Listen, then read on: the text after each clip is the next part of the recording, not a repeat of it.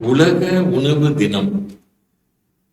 இது ரொம்ப முக்கியமாக நாம் உணர வேண்டிய ஒரு தினம். விழாக்கள் போலவோ பண்டிகைகள் போலவோ நாம இந்த உணவு தினத்தை கொண்டாடக்கூடாதுங்க. இதை புரிஞ்சுக்கணும், இதை அறிந்து கொள்ளணும், இதை எப்படி சிறப்பா செயல்படுத்தணும் அப்படிங்கிறத நாம நிச்சயமாக கலந்து ஆலோசிக்கணும்.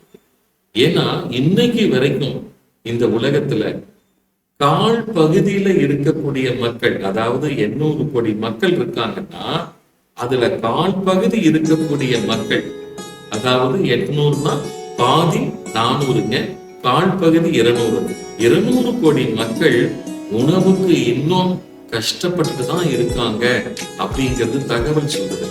அப்படி பார்க்கும்போது 200 கோடி மக்களுக்கு இந்த பூமியில உணவு இல்லைன்னா அப்ப மீதம் இருக்கக்கூடிய மனிதர்களுக்கு, மக்களுக்கு அந்த உணவு ஒண்ணு சரியா கிடைக்குது அல்லது அதிகமா கிடைக்குதுன்னு அர்த்தம்.